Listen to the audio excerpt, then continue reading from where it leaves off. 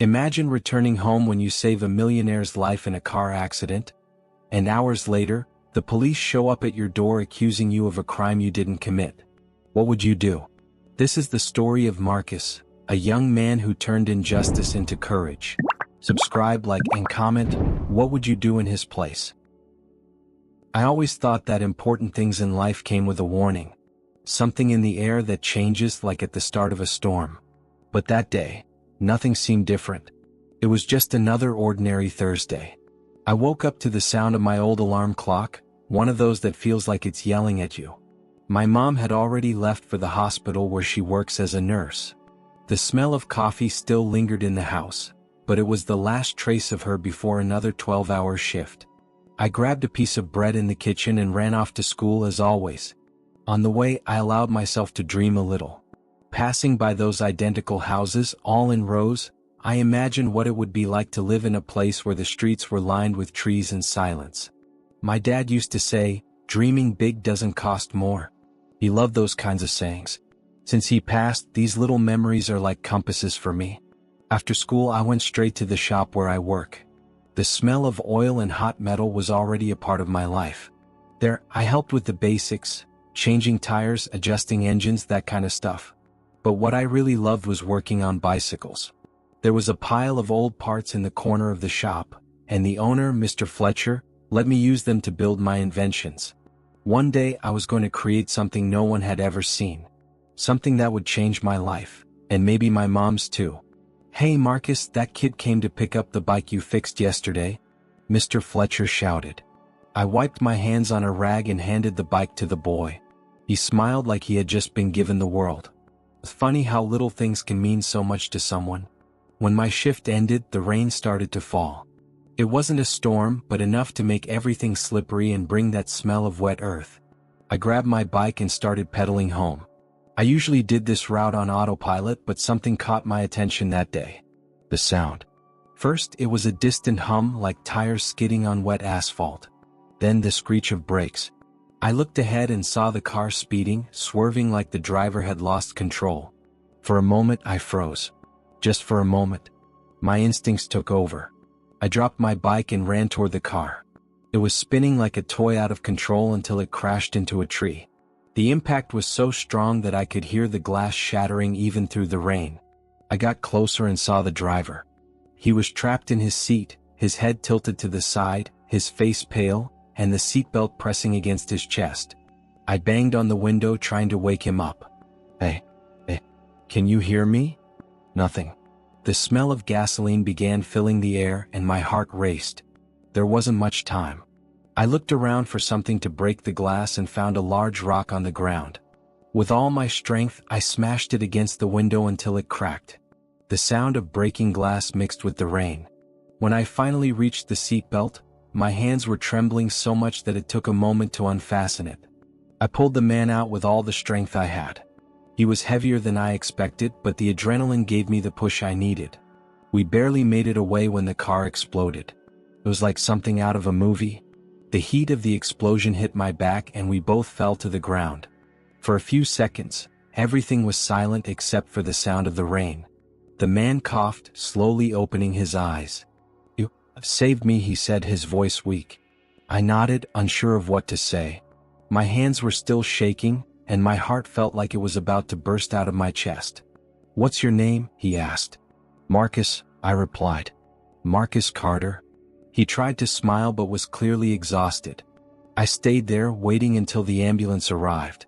I didn't know who he was, only that he needed help. For me, that was enough. That night, as I biked home, everything felt different. It wasn't just the smell of smoke still clinging to my clothes. It was the feeling that something had changed, even if I didn't know exactly what. I just didn't know that what happened in that moment was only the beginning. A storm was coming and I had no idea what was waiting for me. When I got home, the feeling of being soaked from head to toe was annoying, but nothing compared to the exhaustion.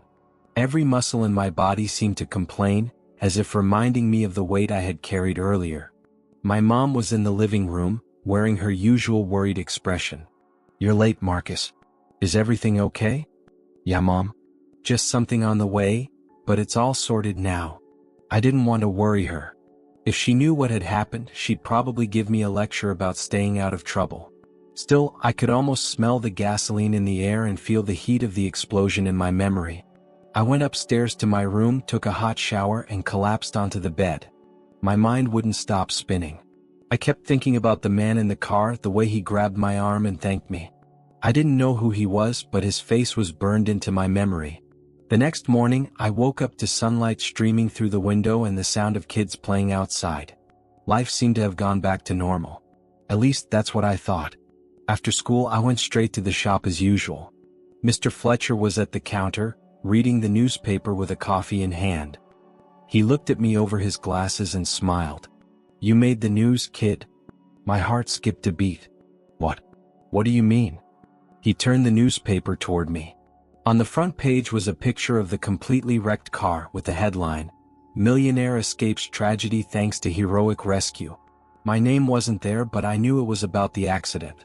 "Stuff like this doesn't happen every day around here," he said. "I think you did something big yesterday."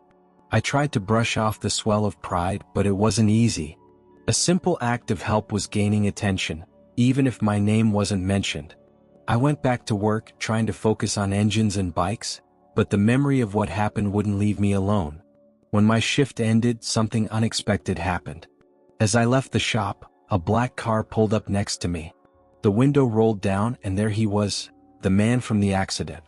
He looked different now, stronger, as if he had recovered. "Marcus, right?" "Yeah. It's you?" He smiled, but there was an intensity in his eyes, as if he was studying every detail about me. "Ethan Reynolds. I think you saved my life, kid." I nodded, a little embarrassed. "I just did what anyone would do." "No, you didn't. Anyone else would have just stood there or called for help, but you acted. That means something." He held out his hand, giving me a card. "If you ever need anything, reach out to me. I want to repay you for what you did." I took the card, unsure of what to say. I thanked him and he drove away. But it stuck in my mind. Why would he show up like that, out of the blue? I got home later and my mom was already cooking dinner. The smell of meat and spices filled the air. I told her about the man who showed up and she grew serious. "Marcus, you need to be careful with people like that. He seems grateful now, but what do you really know about him?" I laughed, trying to lighten the mood. "Mom, he just wanted to thank me. It's not like he's going to ask me to save another life." She sighed but didn't push further. That night, as I lay in bed thinking about the day, something changed. At first, it was just the sound of screeching tires outside. Then voices. My heart raced. I got out of bed and looked out the window. 2 cars were parked in front of our house and men were getting out of them. Minutes later, I heard knocks on the door. They weren't normal knocks. They were loud, insistent, like someone was trying to break the door down. My mom got there first. When she opened the door, she saw 2 police officers standing at the entrance. "Good evening, Mrs. Carter. We're here to speak with Marcus Carter." My mom looked over her shoulder at me, confused. "What? What did he do?" The taller officer answered, his voice firm. "We've received a report that your son was involved in a robbery in the area last night. We need him to come with us to clarify things." The ground felt like it disappeared beneath me. Robbery? That made no sense. I could barely process what they were saying before my mom turned to me. "Marcus, what's going on?" My mind was spinning. What had I done wrong? Why were they here? I knew I hadn't done anything, but at that moment, one thing became clear.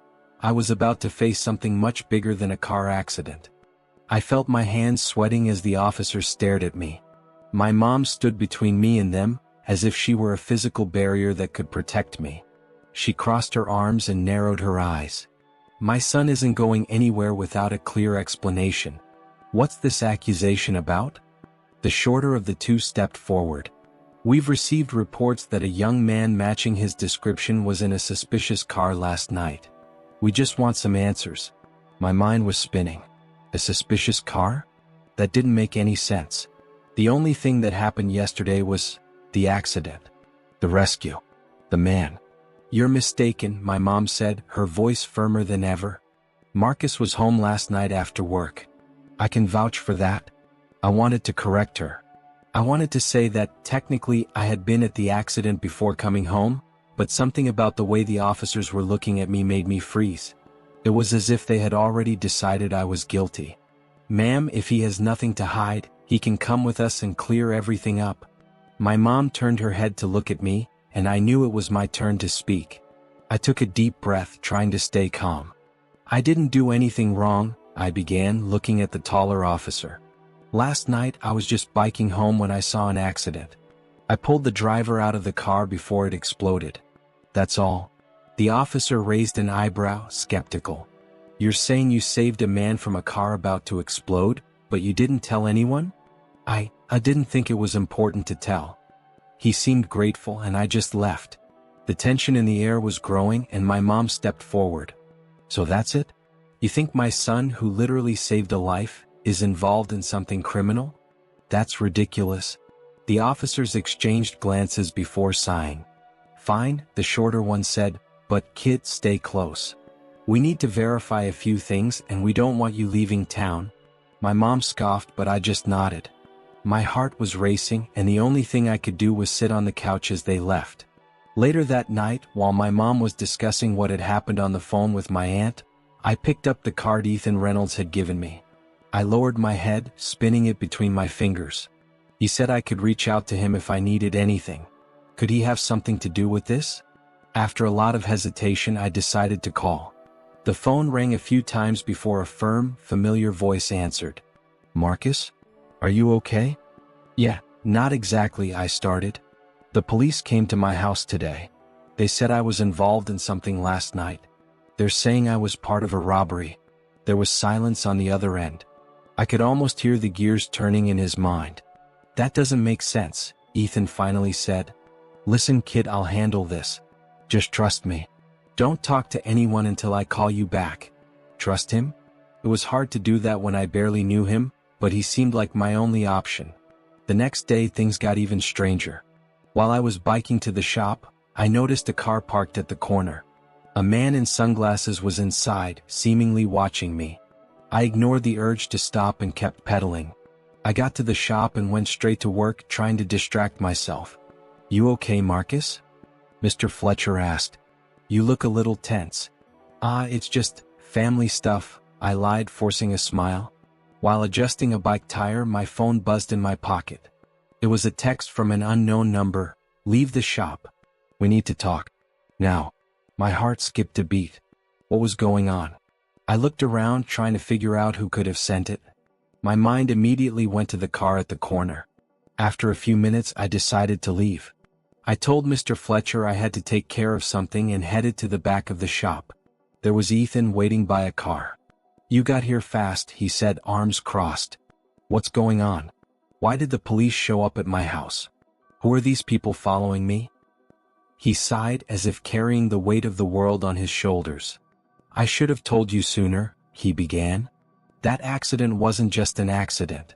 Someone tried to kill me, Marcus. And it seems like whoever did it is now after you." My legs felt weak. I knew something was wrong, but hearing those words was like getting punched in the gut. "Why? Why me?" "Because you interfered," Ethan replied. "You saw something you weren't supposed to. And now they think you know more than you actually do." My hands were shaking. It was too much to process. "What do I do now?" I asked, my voice louder than I intended. Ethan put a hand on my shoulder. "For now, stay quiet. Don't talk to the police and stay away from anyone you don't trust. I'll find a way to fix this. But until then, be careful." I nodded, unsure if I believed him or not. All I knew was that my life had changed and there was no going back to how things were before. I returned home that night with my head pounding. Every step felt heavier than the last. The idea that I was caught up in something bigger than I could comprehend kept me on constant alert. Ethan told me to trust him, but how could I? I barely knew who he was. My mom was in the kitchen when I walked in, stirring a pot while humming softly. When she saw me, her smile disappeared. "Marcus, is there something you want to tell me?" I froze instantly. "About what?" I asked, trying to sound casual. She opened a drawer and took out an envelope that seemed far too heavy to be just a letter. Carefully, she placed it on the table between us. "This came for you. There's no return address." I felt my heart race. I picked up the envelope and opened it. Inside was a single sheet of paper with a phrase written in large letters. "Stop asking questions or you'll pay the price." My mom noticed my pale face and moved closer. "What is this? Who sent this, Marcus?" I don't know." She took the paper from my hands and read it, her expression shifting between worry and anger. "This has gone too far. Tomorrow we're going to the police?" "Mom, no," I exclaimed louder than I intended. She stopped, surprised by my tone. "Why not? Marcus, you need help. This isn't something we can handle on our own." I shook my head, trying to find the right words. "I don't trust them. Something's not right, Mom. I need to handle this my way." That night I stayed awake, spinning the paper between my fingers. Whoever had sent it knew where I lived, knew how to find me. The feeling of being watched only grew, as if invisible walls were closing in around me. In the morning I decided not to go to the shop. Instead, I took Ethan's card and called him. He picked up on the first ring. "Marcus? Are you okay?" "No, I'm not. I got a threat last night. Someone left a note at my house." There was a pause on the other end of the line. "That confirms what I feared. They're trying to intimidate you." "Where are you right now?" "At home, but..." Before I could finish, there was a knock at the front door. This time it wasn't the police. My mom answered while I peeked from the stairs. A man in a suit was there, wearing a smile that seemed anything but friendly. "Good afternoon. I'm Alex Harper, a private investigator. I'm here to speak with Marcus Carter." "It's urgent."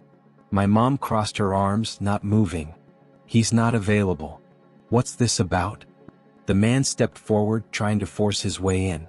I came down the stairs two at a time, positioning myself next to my mom. "I'm Marcus. What do you want?" He looked me over as if sizing me up. "I'm here to ask a few questions about Ethan Reynolds' car accident. It seems you were involved." My heart raced. "Why does that matter now?" I asked, trying to sound calm. He leaned in closer. "Because things aren't what they seem, kid. Reynolds isn't who you think he is, and you're about to get caught in something very dangerous." My mom, sensing the tone of the conversation, placed a hand on my arm. "This ends here. My son won't answer anything without a lawyer present. Leave our house." After Harper left, I called Ethan again. This time I got straight to the point. "Who is Alex Harper?" I asked bluntly. There was a long silence, enough to make me even more nervous. "Someone who isn't on our side. He works for people who want me out of the picture. Marcus, you need to leave. Now." "Leave? And go where?" Ethan sighed. "Meet me at the warehouse near the main bridge. I'll explain everything there." I knew it was risky, but I needed answers. I grabbed my bike and headed out. The warehouse was dark and quiet, except for the distant sound of traffic on the bridge. Ethan was waiting near one of the doors, his face serious. "I'm glad you came. But we don't have much time." He told me everything. How he was the target of a powerful criminal network that wanted him dead. How the accident had been a deliberate attempt on his life. And how my involvement, however accidental, had put a target on my back. "They think you know something, Marcus. And as long as they believe that, they won't stop." I stared at him, anger building. "Why didn't you tell me this before? You left me to deal with this alone." Ethan sighed, his shoulders slumping. "I thought I could fix everything before they got to you. But now it's clear they're going all in." Before we could continue, I heard footsteps behind me. When I turned, I saw Alex Harper standing at the warehouse entrance, a gun pointed directly at Ethan. "End of the line, Reynolds. And the kid is coming with me." My heart raced. I was caught between two forces that seemed much bigger than me, but I knew I had to act. The silence in the warehouse was sharp, and every fiber of my body screamed at me to run. Alex Harper, with the gun steady in his hand, had his eyes fixed on Ethan. But I knew deep down that I was the real target. "Kid, enough games," Harper said, his voice low and full of menace. "Come with me now, and maybe you'll make it out of this alive." Ethan took a step forward, raising his hands in a gesture of surrender. "He has nothing to do with this, Harper. Let the kid go. I'm the one you want." "Shut up, Reynolds," Harper shot back, not even glancing at Ethan. The moment he got involved that night, he became part of the game, whether he likes it or not. My mind was spinning. I could feel my heart beating so hard it seemed to echo through the warehouse. Harper was so focused on Ethan that he didn't notice when I began to take slow steps backward toward a stack of boxes. "Why are you doing this?" I asked, trying to buy time. "All this for a man who just wants to live in peace?" Harper laughed, but it was a hollow sound. "You think you understand what's happening here? Reynolds isn't some hero. He stole something from the wrong people. Something worth millions. And now we're all paying the price." I looked at Ethan, hoping for a denial, but he remained silent, his eyes fixed on Harper. "Is that true?" I asked, anger rising. "Did you steal something?" Ethan took a deep breath but didn't take his eyes off the armed man. "I recovered something that was stolen from me," he finally said, his tone heavier than the silence around us. "Something that, if it falls into the wrong hands, could destroy lives. Including yours, Marcus." "Lies?" Harper interrupted, now visibly irritated. "You're full of them, Reynolds. No more speeches. You're coming with me now, or the kid pays the price." Before I could react, Harper turned the gun on me. My body froze, but my mind went into survival mode. The boxes behind me were full of tools and metal scraps. Without thinking much, I grabbed a metal rod and held it tightly. "Marcus, don't," Ethan said, realizing my movement. But it was too late. With all the strength I could muster, I threw the rod in Harper's direction. It didn't hit him directly, but it made enough noise to distract him for a second. Ethan seized the moment, lunging at Harper with a speed I didn't expect. The gun went off and the sound echoed through the warehouse like thunder. My heart stopped. For a moment, everything seemed to move in slow motion.